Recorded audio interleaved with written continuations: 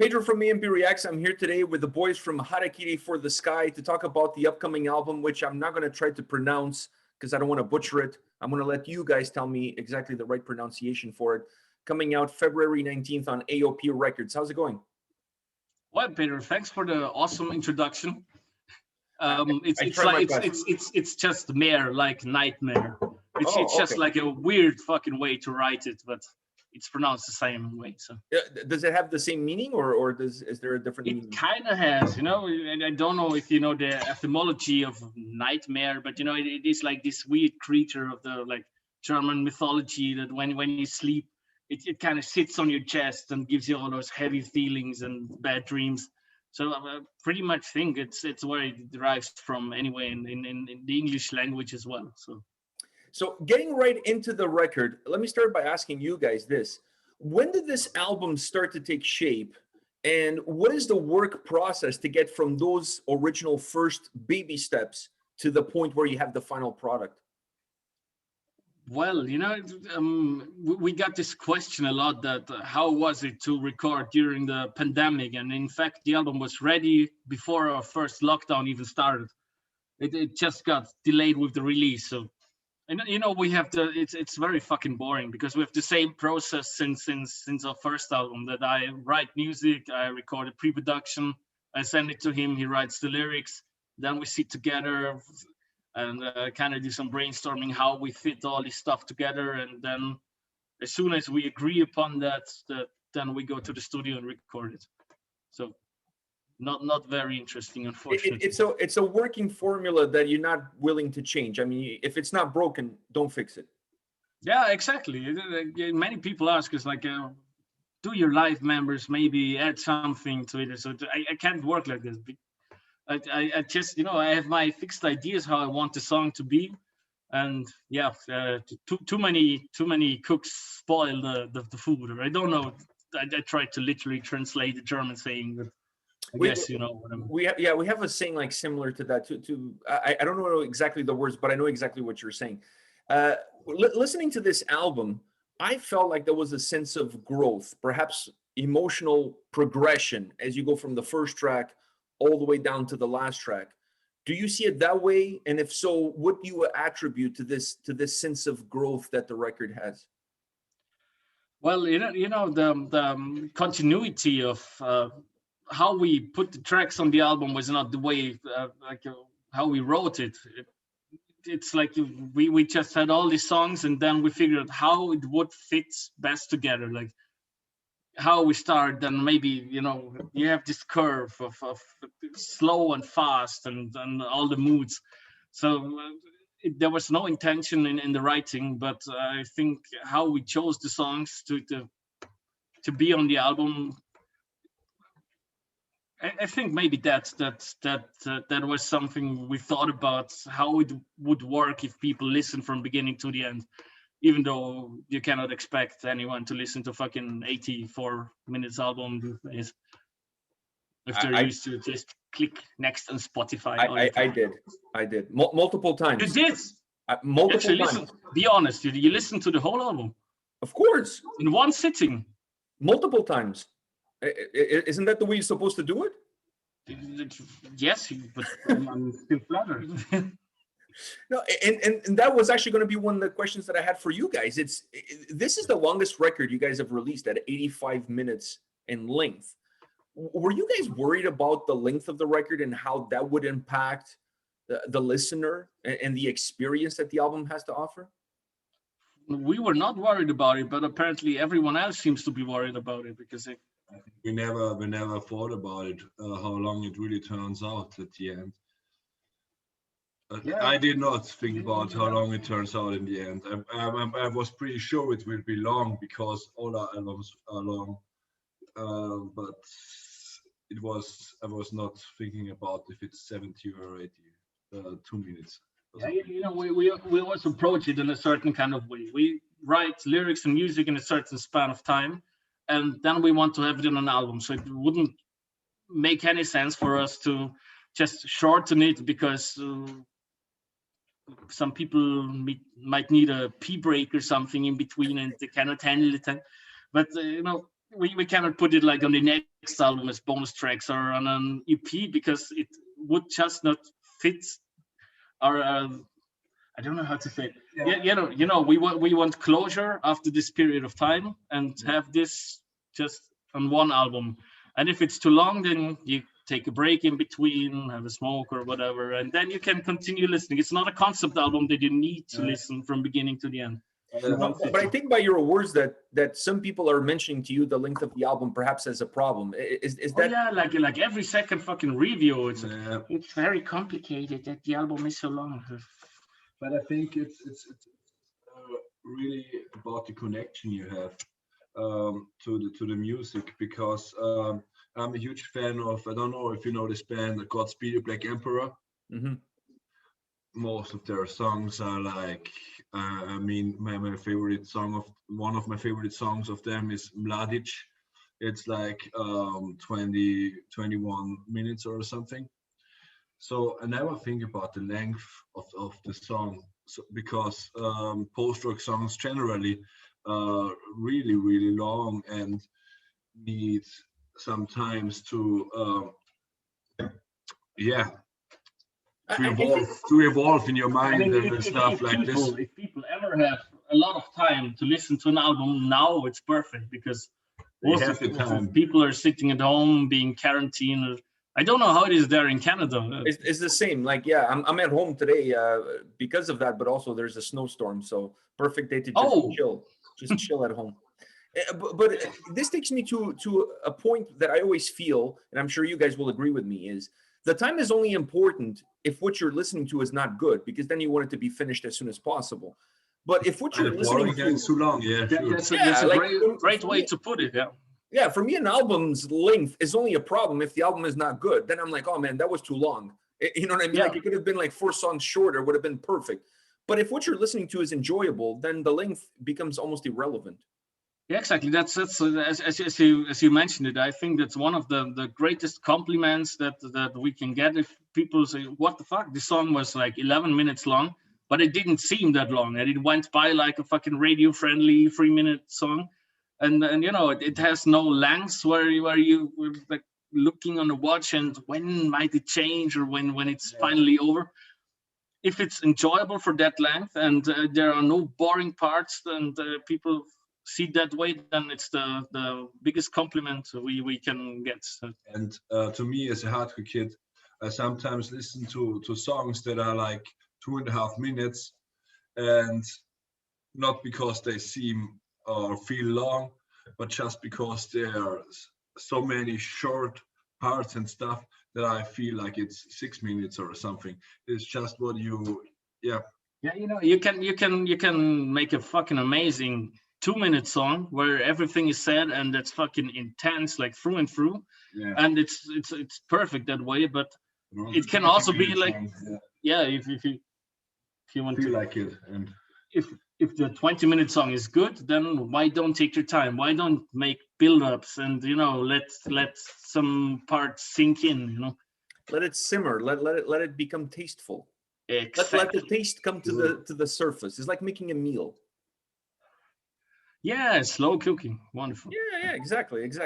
Now, you said that you guys have a formula in terms of how you put your albums together, but do you see yourself picking up elements, and do you see yourself seeing some growth on this record from everything that you've learned from the past 4 albums, even though the process is the same? Yeah, it's major. You mature a bit. The thing is, like in the beginning, we were definitely like different as persons as we are now. I mean, come on, fucking 8 years ago, almost 10 years ago now, and of course the music you listen to changes, and all the other influences in your life change, and somehow I think everything that kind of influences you also shows in your music. And I think now we don't hesitate anymore to show like our influences from indie rock or grunge or whatever. And why not implement that into the music? It's not something that doesn't fit if you do it right. So I try to put some more rocky parts, and apparently, for me it works. I don't know. You have to tell me. Listen to it. No, I feel like the album has a really interesting push. Like the album, when you're listening to this record, it pushes you from song to song, but not in a forceful way. In kind of like, it guides you from one track to the other in a very seamless kind of way. And that was going to be one of the things I wanted to ask you. What do you feel, in your opinion, drives the sound and the experience of the record? Is there like one element above all, or is it like a combination of things? Yeah, we're both like bit troubled kids, I would say, and we try to find a way to like translate our feelings into music and lyrics, and but that didn't change since we started the band. But maybe you just get better at it, and maybe you don't feel as shy about it anymore. And same as his lyrics maybe evolve, and like the metaphors and everything gets a bit like it just comes more natural. The same is for me with the music, the melodies I write. I think one important point is overthinking. I think with a very good point. The more you mature, I think, the less you overthink lyrics or musical intentions and ideas, and you just try to make it straight and not overthink all that. And I think this is something that also comes with age, that you're not trying to be someone different or something like that. That the older you get, to me, it's a point. The older I get, the more authentic I try to be, and I think that's also something that's important to you. That also is kind of the point that you wanted to mention, that we try to go with our intuition, and not like change the song 20 times because we think maybe the certain kind of fans that listen to us might not enjoy new influences.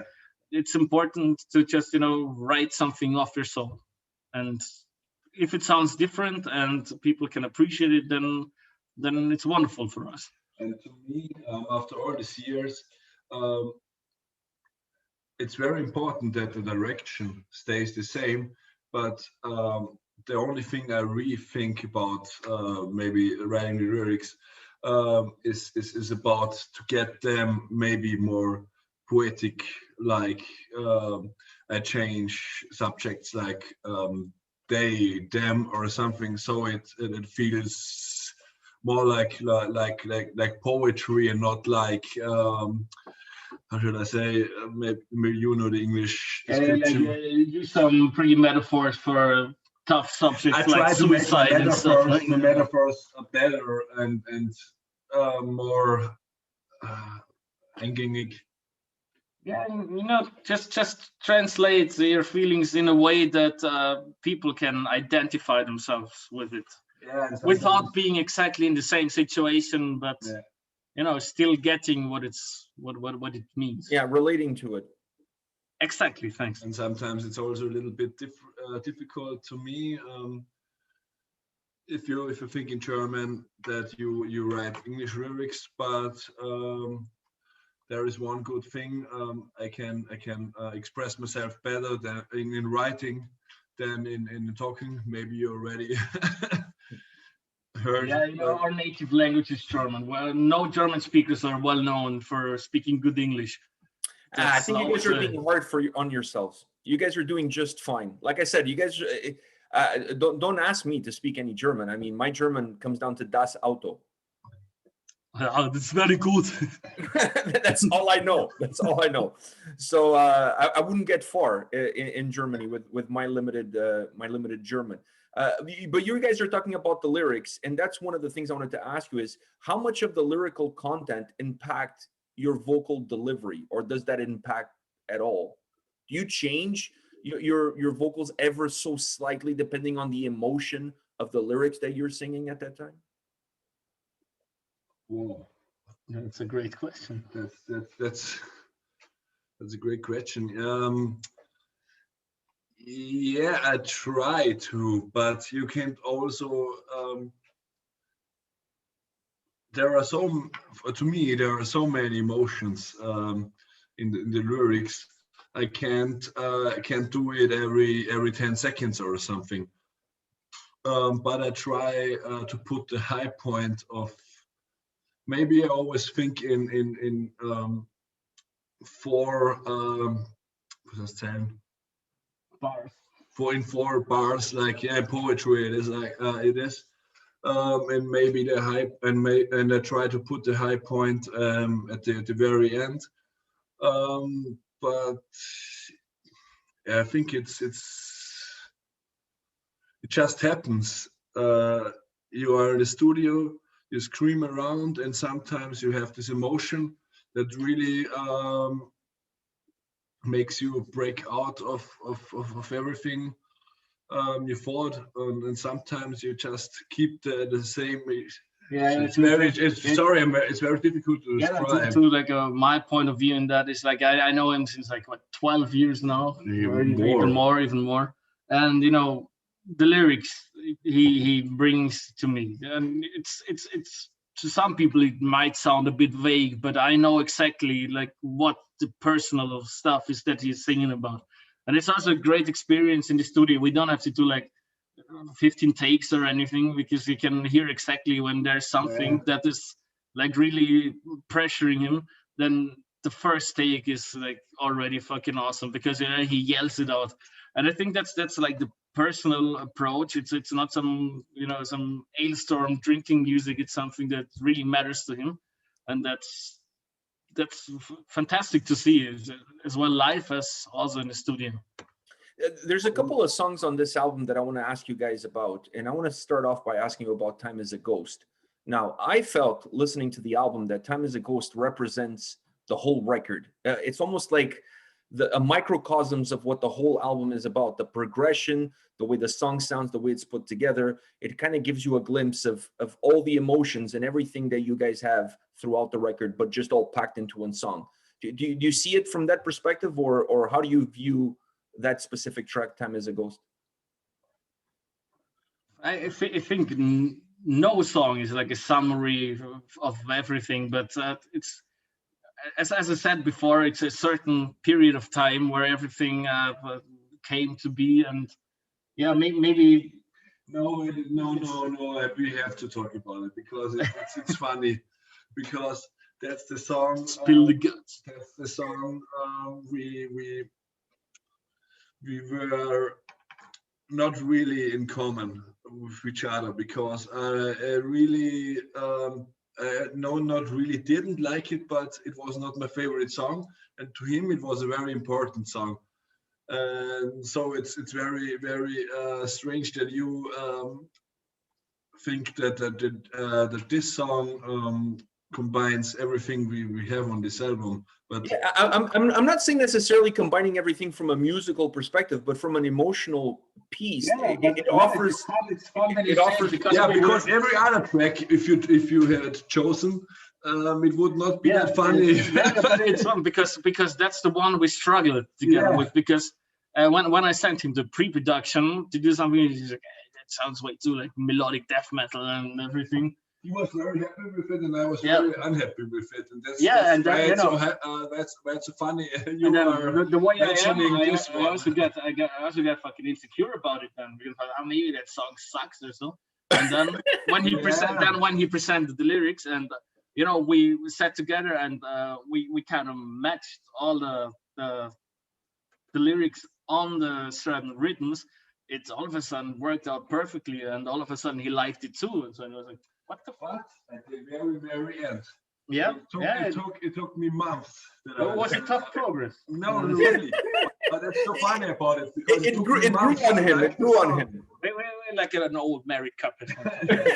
I think it was like a fungus. It grew on him. It took some time. Yeah, well, that's and I think it's also the reason that's in the very end of the album, because Sorry, mate. I just have to pee. This is one problem with him. He has a very small bladder, like a grape. But I would be very happy to answer your questions in a minute. Yeah, the other question I had about the tracks was Say Goodbye, the Placebo cover that you guys threw at the end of the record. Was that always in the plan to do a song like that? Or was kind of like a last minute idea that came up? No, it was not at all. You know, like over the time when we create a new album, we always send each other tracks that we want to cover, and it's usually always something that's not in the black metal or extreme metal genre, because I think the beauty of doing a cover is just getting a song with the right atmosphere and fitting lyrics, and then interpret it in your own way. And I'm a Placebo fan since I was a fucking 12-year-old boy, and I fucking harassed him for a long time to do a Placebo cover, and then we figured out that Song to Say Goodbye also has a personal meaning to him, the lyrics. So it was kind of like perfect that we do that song. I think I wanted to do Mets before, but I was also fine with that choice. So, and I think it worked perfectly right at the end of the record, because I think it's a song that, while being slightly different from everything else that the record has to offer, it still fits perfectly in the whole vibe of the album. Yeah, you know, it's I'm sure some people will have their like problems with it, but for us it just fit perfectly. So, well, Song to Say Goodbye. Yeah, totally.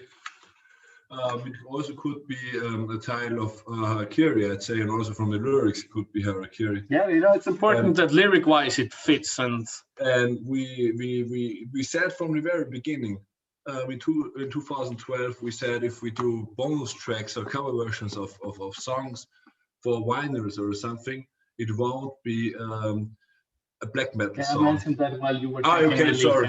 Yeah, but that's very important, because when I grew up, every second band covered Transylvanian Hunger or Lost Wisdom or something like this. You know what I mean? They're like Winterfille, the band that I absolutely love, and they do a cover of Ulver. And whoa, that's fucking awesome! It's really great, but it's practically the same, just in better sound quality. Yeah, just in better sound quality. It's nice to do it, but you know, it's a different approach. You know. Yeah. I think it's a lot more fun to do a cover the way you're saying, the way you guys did it, to bring something that's outside of. I think that's the whole point, to like interpret it in your own way, and for new fans that perhaps never heard the song from Placebo, they listen to this song and they think this is your track. Yeah, surely. But I also think time changed very much. Because when I started listening to black metal and playing in black metal bands, it was untrue or uncool to maybe listen to Pearl Jam or stuff like that. And nowadays, I think younger bands appreciate listening to diverse genres and all this.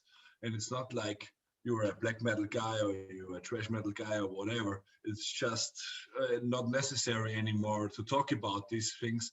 And I like it way better than back then when I was 15, when it was just true black metal. Or, you know, these days it's easy to be labeled as a hipster just because you want to like incorporate some new influences. But what the fuck is bad about that? Seriously. Why can't you use like an extreme and very intense genre like black metal and just merge it with some other influences? I think that's a wonderful idea, and that's why it still survives.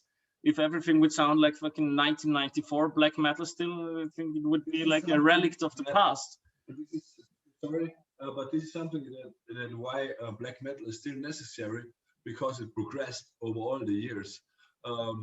There were always influences from like we do post black metal, then you have guys that mix it with hardcore, or you have guys that mix it with maybe folklore or whatever. No, there's I always many possibilities.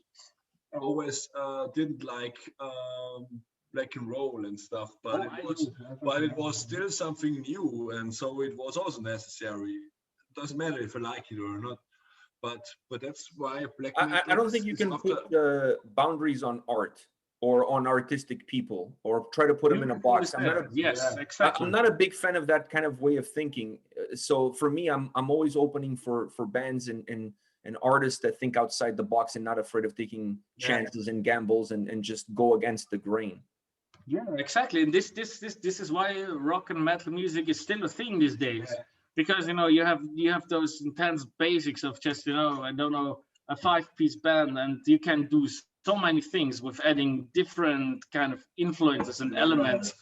And that's why it's still a thing, and why it's so interesting and intense. And why limit yourself by saying, no, it has to sound like 1994 and everything else is untrue? Fuck this shit, seriously. Yeah, I agree with you guys 100%. For me, as long as it's good, it's good. It doesn't...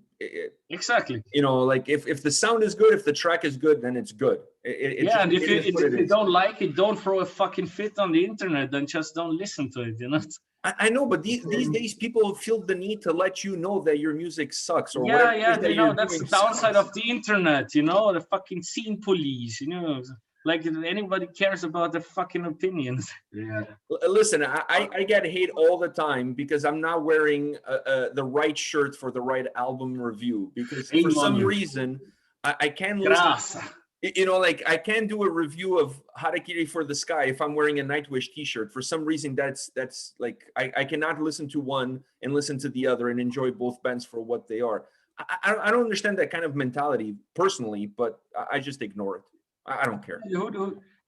How fucking poor does your life have to be that you care about those things and that you feel the need to express that in a fucking comment section or so? I know, but that sometimes just gives me fuel to do it even more. Do you know what I mean? Like just to piss off people. I think that's also metal. Yeah, at some point you have to grow a thick skin, and you just have to realize how many fucking idiots there are on the internet, because everybody can just write everything, and to not care about all the fucking bullshit that's written there. Yeah, it's true. Very true. Very true. Yeah, the internet has upsides and downsides. I mean, you have like access to all the information where you had to go to a library a few years back, but also you see how fucking stupid most of the people are, because they can voice their opinion everywhere without anything. Before stupidity stayed within your circle of friends. Now everybody gets to see exactly it. Yeah, to me it's the same thing like this familiar blood figure and water shit. If somebody is an idiot, then it's an idiot. It doesn't matter if he... And now we got a bit sidetracked, I think. Sorry. Yes, we did. And on that note, I have one last question for you guys, which is, what is as you look back now, the album is done, it's going to be released in a couple of weeks, and you look back at the process, at everything that went into making this record, what was the most fulfilling aspect of making this album for you guys? I think that the whole process was interesting, but as soon as you have like the final product and the final master and everything, and you can finally sit together, have a beer, and listen to like the fruit of your work, like completely finished, that's always like a special moment. But usually you can look forward to like presenting it live, playing concerts. That's something that's taken away from us now at the moment, because we miss playing concerts so fucking much. You have no idea. And we had to like postpone the tour 2 times. We had to postpone the US tour, like so many shows, and this fucking uncertainty. That's something that's really hard to process. But when the album is finally out, it will be like something great for us. But I think the perfect scenery is when we finally can travel wherever we want again and play shows. Well, on that note, when I see you guys on this side of the Atlantic in Toronto, in the great city of the great country that it is Canada, beers is on me. Great to hear that. All right. It'll be Canadian beer, so it probably won't be as good as the stuff that you guys drink there. But it's time for you guys to broaden your horizons, your taste buds. In great company, even shitty beer tastes fine. That is, and free tastes even better. Yeah, he's a so-called effect drinker. He doesn't care about the taste. Well, He just cares about the I'm more of experience. a wine guy. Well, we can do wine too. Personally, I'm more of a wine guy. But so what I'll do is I'll bring you some beer and some wine, so we have a little bit of everything. Excellent. Sounds There you good, go. man. I'm Bring your always- son and we will have a great party. Yeah, we'll have a great time. For It'll make up for all the lost time that this pandemic is forcing upon us to not be able to. Yeah, we have a lot to make up. Yeah, I think we're all gonna go buck wild once this thing is over. Oh, you bet your ass. Yeah, I'm not gonna wear underwear for the rest of my life after this thing. Thanks for that information. On that note, guys, thank you very much for your time. I really appreciate you guys taking the time to chat with me about the record. Once again, Mære out February 19 on A&P-REACTS. Harakiri for the Sky. Thank you guys for the time, for the record. And don't worry about the length. It's just fine. Size does matter. Oh, thanks. Thank you so much. Thanks. It was great talking to you, man. And hope to see you soon in like maybe 4 years when the pandemic is over. I hope it doesn't take that long. I hope it doesn't take that long. Yeah, if you go by the vaccination speed of Austria, it will be 2024 or something. Yeah, if we go by the one of Canada, it will be 2036. So you guys are Yeah, still like, Holy fucking, let's not talk about. All right, guys, All right. take care. It was awesome to talk to you, man. You too. You too. Bye. Take care. Bye.